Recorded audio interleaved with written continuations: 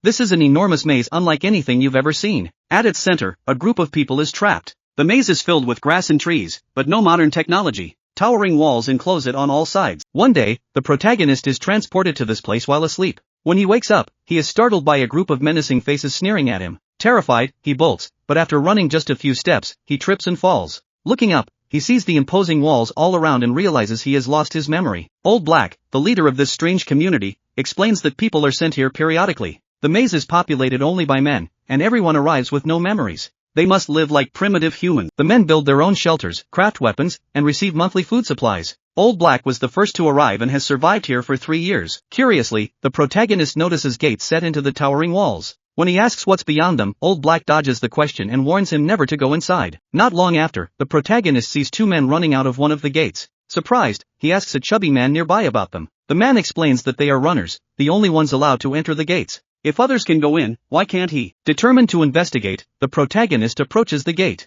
Just as he gets close, a bully shoves him to the ground. Furious, he yells, "What's wrong with you? You won't let me in, but you won't tell me why." Suddenly, a loud noise interrupts them. The protagonist turns around to see the gates slowly closing, and the entire maze begins to shift.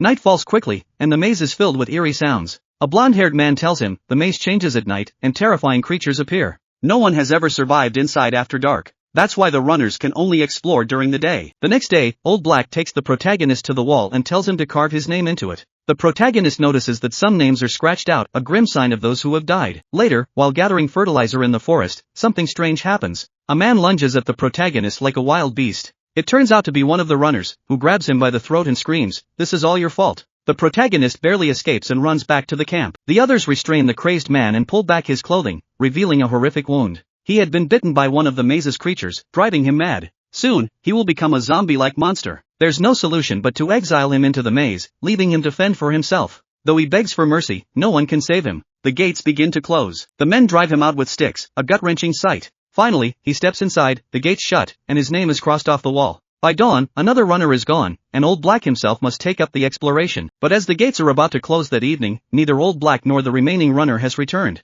The crowd gathers nervously, as this is far later than usual. Suddenly, the runner appears, dragging a gravely injured Old Black behind him. The two struggle toward the gates, but no one dares to enter and help. Instead, they shout frantically, urging them to move faster. The gates begin to close, and it's clear the two won't make it in time. At that moment, the protagonist makes a shocking decision. He rushes into the maze to help.